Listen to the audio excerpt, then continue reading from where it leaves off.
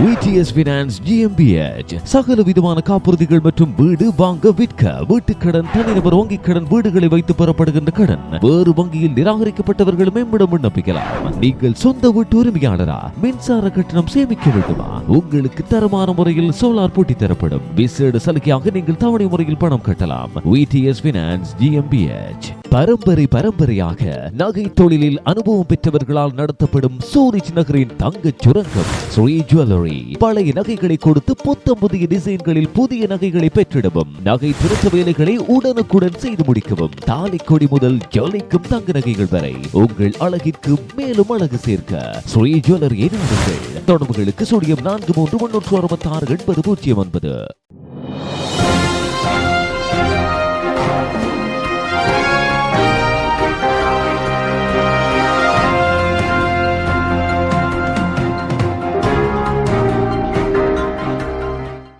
புதிய அரசியல் திட்டம் ஏற்கப்பட்டால் சூரிச் மாகாணத்துக்கு வரும் அகதிகள் மற்றும் புகலிடம் கோருபவர்கள் விரைவில் ஒரு முறையான ஒருங்கிணைப்பு ஒப்பந்தத்தில் கையெழுத்திட வேண்டியிருக்கும் என தகவல் வெளியாகியுள்ளது. லிபரல் ரேடிக்கல், சுவிஸ் மக்கள் கட்சி மற்றும் மைய கட்சி ஆகியவற்றால் சூரிச் மாகாண நாடாளுமன்றத்தில் ஒரு கூட்டு தீர்மானம் சமீபத்தில் சமர்ப்பிக்கப்பட்டது. மண்டலத்தில் பாதுகாப்பு அல்லது குடியிருப்பு தேடும் அனைத்து புதிய வருகையாளர்களுக்கும் பொருந்தக்கூடிய கட்டாய ஒருங்கிணைப்பு ஒப்பந்தத்தை செயற்படுத்த சட்டம் இயற்றுபவர்களை இந்த தீர்மானம் வலியுறுத்துகிறது. பிரேரணியின் உரையின்படி ஒப்பந்தம் தனி நபரின் உரிமைகள் மற்றும் பொறுப்புகளை மாத்திரமல்ல, சுவிஸ் சமூகத்தின் முக்கிய மதிப்புகள் மற்றும் விதிமுறைகளையும் தெளிவாக கோடிட்டு காட்டும். பாலின சமத்துவத்துக்கான உறுதி, பிராந்திய மொழியில் தேர்ச்சி, குழந்தைகளுக்கு கட்டாய பள்ளி வருகை, சுவிஸ் சட்டங்கள் மற்றும் ஜனநாயக விளிமயங்களுக்கு மரியாதை என்பன முன்மொழியப்பட்ட ஒப்பந்தத்தின் முக்கிய கூறுகளாகும். இந்த திட்டத்தை ஆதரிக்கும் கட்சிகள் அத்தகைய ஒப்பந்தம் சிறந்த ஒருங்கிணைப்பு விளைவுகளை உறுதி செய்ய உதவும் என்றும், சுவிட்சர்லாந்தில் வசிக்கும் தனி நபர்களிடமிருந்து குறிப்பாக பொது ஆதரவு அல்லது பாதுகாப்பை பெறுபவர்களிடமிருந்து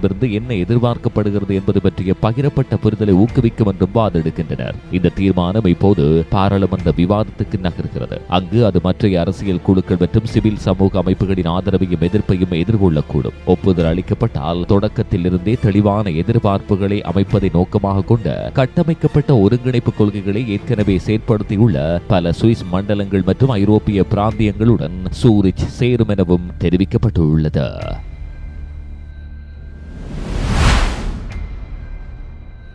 சுவிட்சர்லாந்தில் மத்திய உணவு பாதுகாப்பு மற்றும் கால்நடை அலுவலகத்தின் சமீபத்திய பகுப்பாய்வு கவலை அளிக்கும் நிலைமையை வெளிப்படுத்துகிறது. ஏராளமான சுவிஸ் உணவகங்கள் அடிப்படை சுகாதார விதிமுறைகளை பின்பற்றுவதில்லை என தெரிய வந்துள்ளது. பல்வேறு மண்டலங்களில் விரிவான செயற்பாட்டு ஆய்வுகள் மேற்கொள்ளப்பட்டன. பாதிக்கப்பட்ட நிறுவனங்கள் அல்லது அவற்றின் இருப்பிடங்களை வெளியிடாமல் செயல்முறையை பாதிக்கக்கூடாது என்பதற்கென BLBயின் படி சுத்தம், உணவு சேமிப்பு அல்லது அழுகும் பொருட்களை கையாளுதல் ஆகியவற்றில் உள்ள குறைபாடுகள் தனிமைப்படுத்தப்பட்ட நிகழ்வுகள் அல்ல என்பதை முடிவுகள் தெளிவாக காட்டுகின்றன. போதுமான குளிரூட்டல், மோசமான சுத்தம் செய்யும் நடைமுறைகள், ஊழியர் பயிற்சி இல்லாமை முதல் உணவை முறையற்ற முறையில் சேமித்து வைத்தல் வரை புகார்கள் உள்ளன. குறிப்பாக கடுமையான சந்தர்ப்பங்களில் எச்சரிக்கைகள், செயற்பாட்டு கட்டுப்பாடுகள் அல்லது தற்காலிக மூடல்கள் போன்ற உடனடி நடவடிக்கைகள் உத்தரவிடப்பட்டன. சமையலறை மற்றும் சேவை ஊழியர்களுக்கு தொடர்ச்சியான பயிற்சி மற்றும் வழக்கமான தொடர் கல்வி மூலம் இத்தகைய குறைபாடுகளை தடுக்க முடியும் என்று உணவு பாதுகாப்பு நிபுணர்கள் வலியுறுத்துகின்றனர். நாடு முழுவதும் விதிமுறைகள் ஒரே மாதிரியாக இருப்பினும் மாநிலங்களில் அவற்றின் செயற்படுத்தல் பெரும்பாலும் வேறுபடுகிறது. சுகாதார மாகாணத்தை சார்ந்து இருக்கக்கூடாது, ஆனால் ஒவ்வொரு பிராந்தியத்திலும்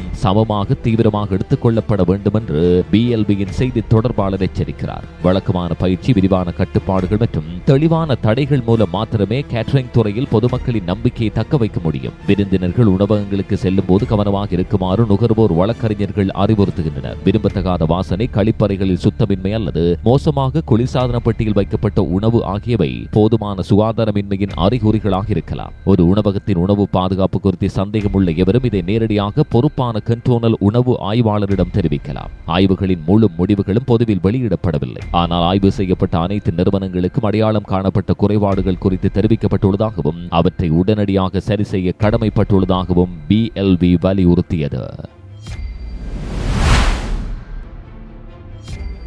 ஃப்ரைபூர்க் மாகாணத்தில் போலீஸ் அதிகாரிகள் சம்பந்தப்பட்ட மோசடி முயற்சிகளின் எண்ணிக்கை தொடர்ச்சியாக தலை தூக்கியுள்ளமை பலரை அதிர்ச்சியில் ஆழ்த்தியுள்ளது. பெரும்பாலும் வயதானவர்களிடமிருந்து பணம் அல்லது மதிப்புமிக்க பொருட்களை மோசடி செய்வதற்கென காவல்துறை அதிகாரிகள் அல்லது வங்கி ஊழியர்களைப் போல நடித்து மோசடி செய்பவர்கள் செய்யும் தற்போதைய மோசடி குறித்து ஃப்ரைபூர்க் கண்டோனல் காவல்துறை அவசர எச்சரிக்கை விடுத்துள்ளது. ஏப்ரல் 1 முதல் மே 6, 2025 வரை இதுபோன்ற 14 வழக்குகள் பதிவாகின. போலீசார் இப்போது பல சந்தேக நபர்களை கைது செய்துள்ளனர். குற்றவாளிகள் காவல்துறை அதிகாரிகள் அதிகாரிகள் தகவல் தொழில்நுட்ப வல்லுநர்கள் அல்லது வங்கி ஊழியர்கள் போல தொலைபேசியில் நடித்து பாதிக்கப்பட்டவர்களின் கணக்குகள் அல்லது வங்கி அட்டைகளில் உள்ளதாக கூறப்படும் பாதுகாப்பு சிக்கல்கள் குறித்து எச்சரிக்கின்றனர். நம்பகமானதாக தோன்றுவதற்கென அவர்கள் பெரும்பாலும் மிகவும் உறுதியான முறையில் பேசுகிறார்கள். அத்துடன் அரசாங்கத்தின் அதிகாரப்பூர்வ எண்களைப் போலவே தோற்றமளிக்கும் போலி தொலைபேசி எண்களை பயன்படுத்துகின்றனர். அழைப்புக்கு பின்னர் மோசடி செய்பவர்கள் பெரும்பாலும் ஒரு கூட்டாளியை பாதிக்கப்பட்டவரின் வீட்டு முகவரிக்கு நேரடியாக அனுப்புகிறார்கள். மதிப்புமிக்க பொருட்கள் அல்லது அட்டைகளை பாதுகாக்க என்று கூறுகின்றனர். அவர்கள் வங்கி அட்டைகள், பணம், நகைகள் அல்லது தனிப்பட்ட ஆவணங்களை திருடுகின்றனர். மோசடி செய்பவர்கள் குறிப்பாக வயதானவர்களை குறிவைத்து மோசடி செய்வதை போலீசார் கண்டறிந்துள்ளனர். இதற்கு முன்பு 73 முதல் 95 வயதுக்குட்பட்டவர்கள் பலர் இந்த மோசடியில் சிக்கி பல்லாயிரக்கணக்கான பணத்தை இழந்துள்ளமை குறிப்பிடத்தக்கது.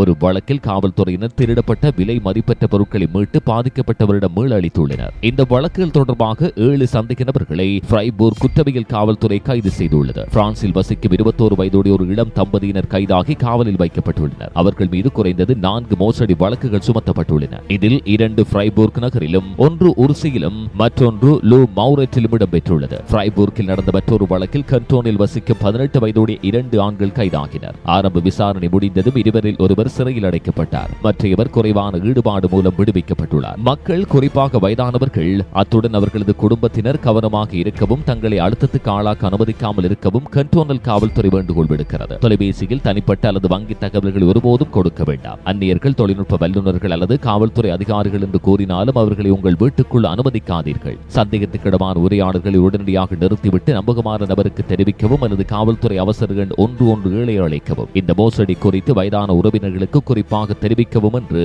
காவல்துறை பரிந்துரைக்கிறது.